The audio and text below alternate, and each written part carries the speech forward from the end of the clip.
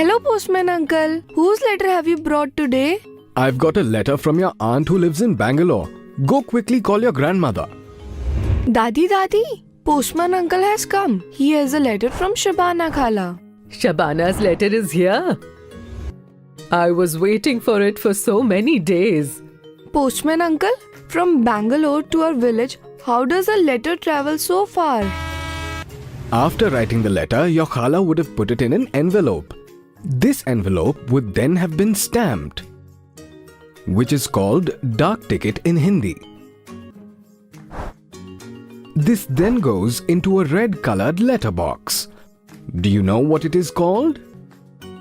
A post box. That's right. From this post box, a postman takes all the letters to the post office, where they are sorted according to the address on them. These letters are then loaded in sacks and sent to different locations in trains.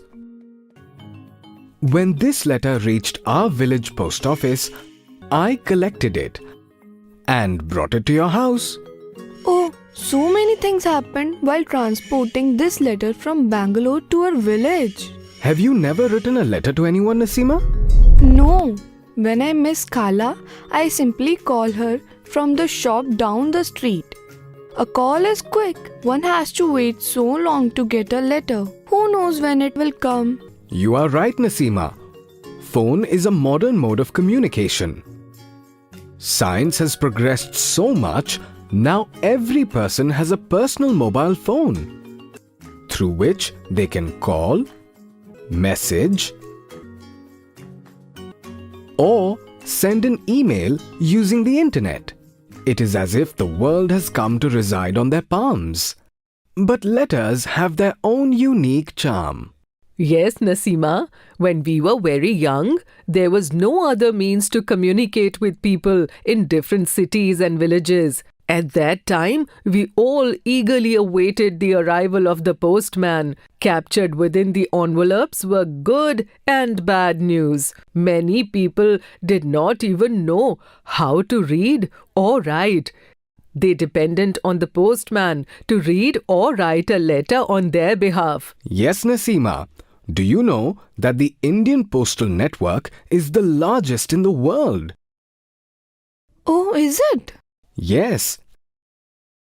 In this era of phone and internet, India still has 1.5 lakh post offices, which help the letters reach their destinations.